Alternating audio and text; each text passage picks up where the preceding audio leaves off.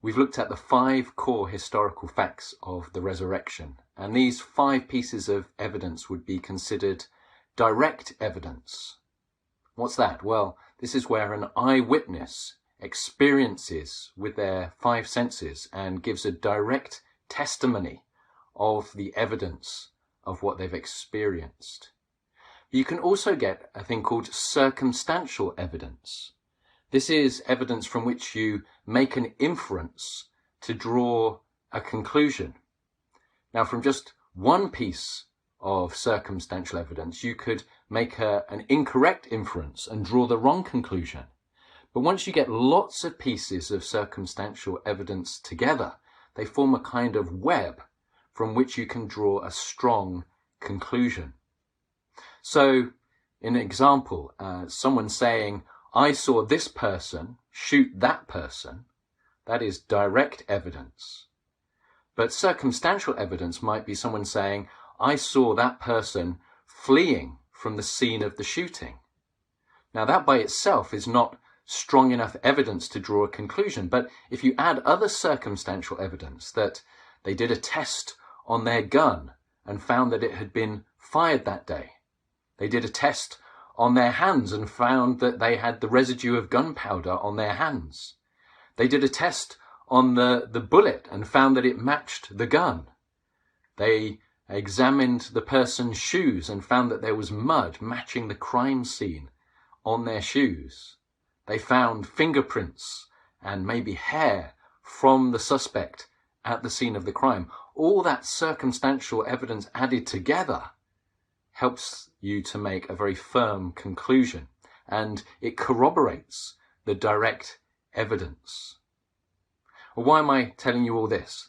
Well, N.T. Wright, the former Bishop of Durham, has written a book called The Resurrection of the Son of God. This book is a big kahuna, 860 odd pages long. And this is how he introduces the book. He says, "Proposing that Jesus of Nazareth was raised from the dead was just as controversial 1900 years ago as it is today. The discovery that dead people stay dead was not first made by modern philosophers. The resurrection challenges not only modern skepticism or the scientific worldview, as opposed to the pre-scientific worldview, but it also challenges almost all ancient and modern peoples outside the Jewish and Christian traditions." Now, in this book, N.T. Wright examines the circumstantial evidence, and he takes a very interesting approach. He looks at the circumstantial evidence, and he shows that the empty tomb and the appearances of Jesus alive to eyewitnesses after his death is the best explanation of all this circumstantial evidence. And in fact, without that, you cannot account for all this circumstantial evidence. The key point that he makes in the book is that Christianity emerged out of Judaism, and therefore Christian beliefs came out of the background of previous Jewish beliefs.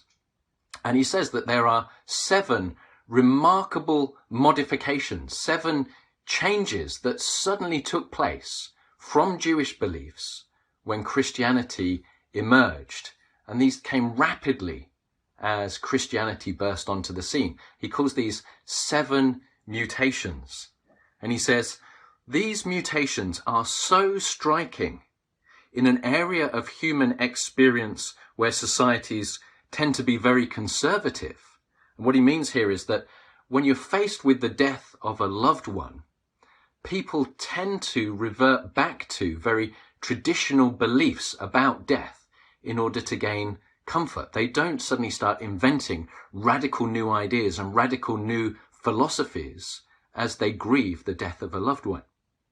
So coming back to the quote, he says, "These mutations are so striking in an area of human experience where societies tend to be very conservative that they force the historian to ask, Why did they occur? And so he examines these 7 mutations, these 7 pieces of circumstantial evidence, and we're just going to look at them briefly together. The first mutation is that in Judaism, there are multiple views about the resurrection and the afterlife. So some people in Judaism say that it was physical. Some say there's just a spiritual resurrection. Some, the Sadducees, say that there is no resurrection at all.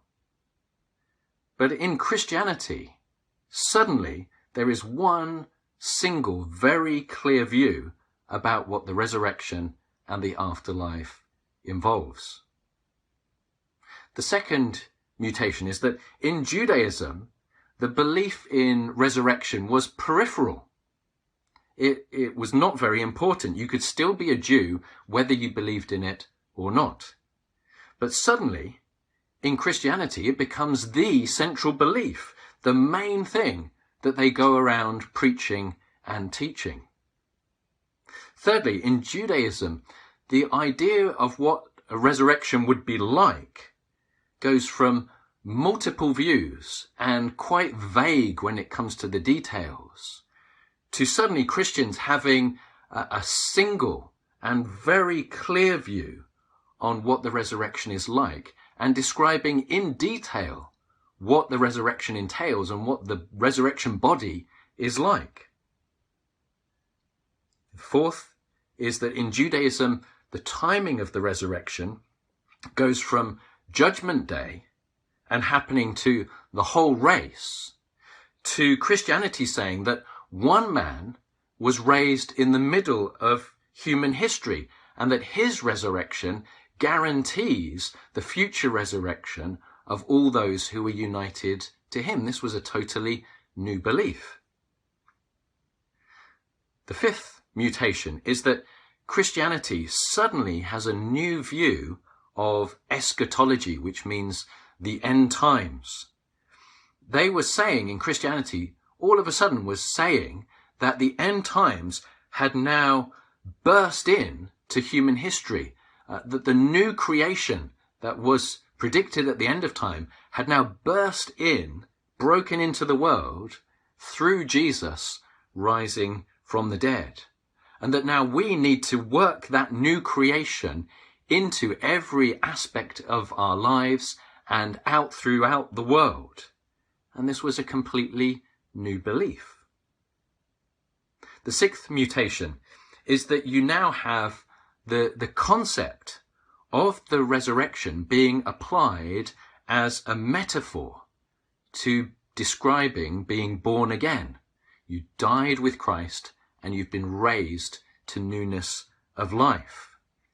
Now, you only develop a metaphor when you have the concrete thing of which you're picturing in the metaphor. So you might say, oh, she came down on me like a ton of bricks. And you can only have that metaphor because the concrete reality of a ton of bricks exist. And so here we have this metaphor of the resurrection being used to illustrate other aspects of the Christian life, because they're basing that on the concrete fact of the resurrection that they take for granted exists and has happened. And then the seventh and final mutation is that in Judaism, the Messiah wasn't supposed to die, let alone be raised from the dead. But now suddenly Christians were claiming that Jesus was the Messiah precisely because he had been raised from the dead. The resurrection was the proof of all the claims that Jesus made about himself. Again, this was something completely new and unparalleled in previous Jewish beliefs. So you have all these pieces of circumstantial evidence. And N.T. Wright says that you cannot make sense of these 7 mutations of belief, these 7 striking changes from Jewish belief suddenly into Christian belief, apart from the resurrection of Jesus Christ. And so that's our first look at the circumstantial evidences, these 7 mutations of belief.